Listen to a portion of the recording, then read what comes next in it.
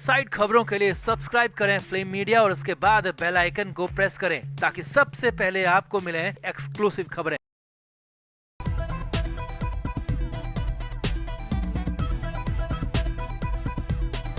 मुंबई से बड़ी खबर है, मुंबई से बहुत बड़ी खबर है। आर्यन खान केस को लेकर, आर्यन केस में गवाह को लेकर और नवाब मलिक को लेकर। जी हां, बहुत बड़ी घटना मुंबई में हुई है। आर्यन खान केस के गवाह अचानक दुनिया छोड़कर चला गया है। जी हां, वो चल बसा है। बात उसी प्रभाकर सैल की हो रही है जिसने आर्यन खान केस में 25 करोड़ रुपए मांगने और डील होने का दावा किया था। और उसी प्रभाकर सैल के बयानों के बाद नवाब मलिक ने भी समीर वानखेड़े पर खूब सारे आरोप लगाए थे, या कहें कि आरोपों की बौछार कर दी थी। और वही प्रभाकर सैल चल बसा है, जिसके बाद हड़कंप है, क्योंकि वजह जो बताई गई है उस पर यकीन करना मुश्किल है और जो हालात दिख रहे हैं वो कुछ और ही हैं। तो क्या है पूरा अपडेट, कैसे हुआ ये सब कुछ, प्रभाकर सैल के साथ क्या हुआ, नवाब मलिक के साथ क्या है कनेक्शन, और अब आगे आर्यन खान केस में क्या होगा वो आपको बताते हैं। आप इस वीडियो को शेयर करें और कमेंट करके अपनी राय जरूर दें कि प्रभाकर सैल के साथ जो कुछ भी हुआ क्या वो साजिश है या फिर कुछ और, कमेंट जरूर करें।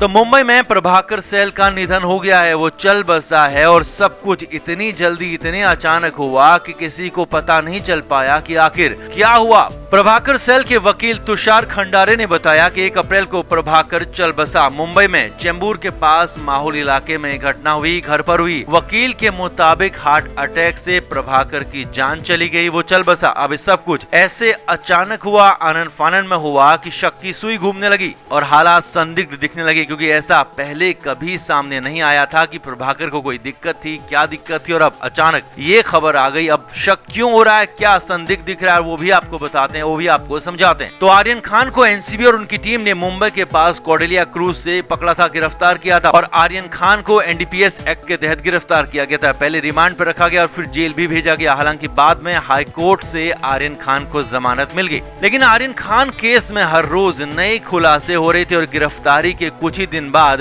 प्रभाकर सैल, जो कि आर्यन खान केस में गवाह भी था, उसने सामने आकर बहुत बड़ी बातें बोल दी। जी हां, प्रभाकर सैल, जिसे एनसीबी ने आर्यन खान केस में पंच गवाह बनाया था और प्रभाकर की गवाही के दम पर ही एनसीबी केस को आगे लेकर जाने की कोशिश कर रही थी, प्लान कर रही थी। मगर अचानक प्रभाकर सैल ने तब बड़ा आरोप लगा दिया कि 25 करोड़ में आर्यन खान को जेल से बाहर निकालने की डील हो रही है, छोड़ने की डील हो रही है। जी हां, ये दावा किया गया था कि केपी गोसावी शाहरुख खान की मैनेजर से डील कर रहा है और यहाँ तक दावा किया गया कि एनसीबी के अधिकारियों को भी कुछ पैसा दिया जाना है। करीब करीब 8 करोड़ दिए जाने की बात यहाँ पर कही गई थी, ऐसा दावा किया गया था और समीर वानखेड़े तक पर बड़े आरोप लगाए गए थे। हालांकि ये आरोप अभी तक साबित नहीं हो पाए हैं। आगे देखिए, प्रभाकर सैल के आरोपों के बाद तो बवाल मच गया था। महाराष्ट्र सरकार में मंत्री नवाब मलिक ने भी समीर वानखेड़े को घेर लिया था और नवाब मलिक ने एक के बाद एक ताबड़तोड़ हमले समीर वानखेड़े पर किए।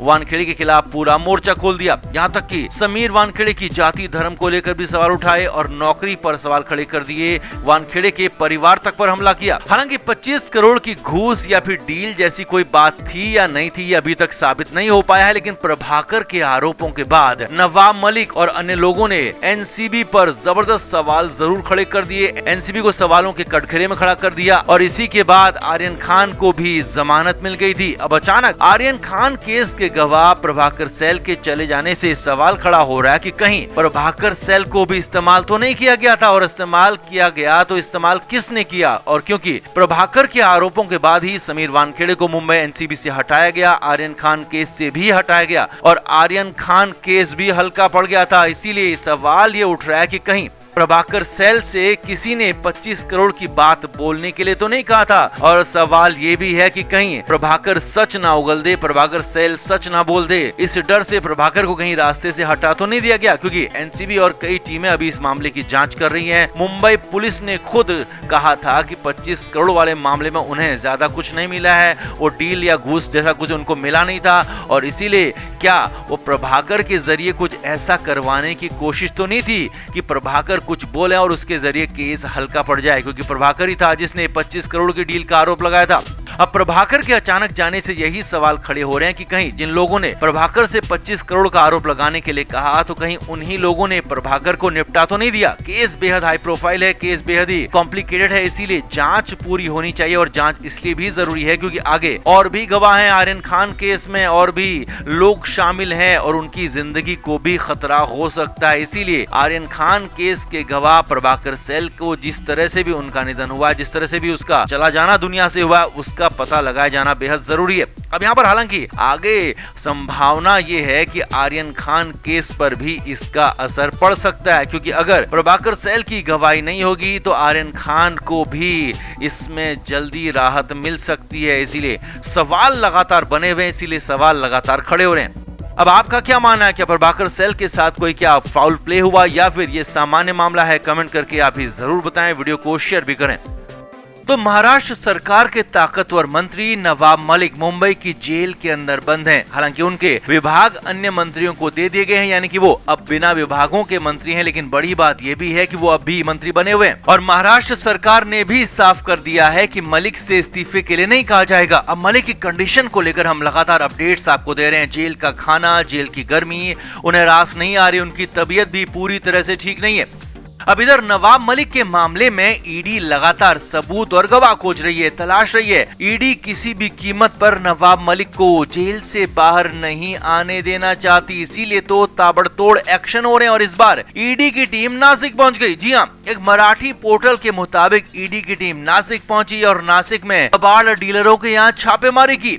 सूत्रों के मुताबिक नवाब मलिक के साथ हुए लेन देन की जांच के लिए जानकारी जुटाने के लिए ईडी की टीम नासिक पहुंची थी और सीधे कबाड़ी बाजार पहुंचकर नासिक के बड़े कबाड़ियों के यहाँ छापेमारी की, पूछताछ की। आगे देखिए, ईडी ने कुछ कबाड़ कारोबारियों से कई घंटे तक सवाल जवाब किए। करीब 10 से 12 घंटे तक ये पूछताछ चली और इस दौरान ईडी को लेन देन से लेकर बहुत कुछ जानकारी मिली है। अब वो जानकारी भी आपको बताएंगे, लेकिन सबसे बड़ी और हैरानी की बात यह है कि नासिक के पुलिस और प्रशासन ने इस पर कुछ भी कहने से इनकार कर दिया है। और सूत्रों के मुताबिक नासिक पुलिस प्रशासन को भी ईडी के इस एक्शन, ईडी की इस रेड पूछताछ के बारे में कोई खबर नहीं थी। जो कुछ हुआ सब कुछ अचानक हुआ और सब कुछ ईडी के प्लान के मुताबिक हुआ और लोकल एडमिनिस्ट्रेशन को इस बारे में जानकारी नहीं दी गई थी। जी हाँ, सूत्रों के मुताबिक ये बड़ी खबर बताई जा रही है कि प्रशासन को इसकी जानकारी नहीं थी, जिससे इस रेड का पूछताछ का रहस्य और ज्यादा गहरा गया है कि आखिर इसमें ऐसा क्या था, कितना बड़ा ये मामला था जो कि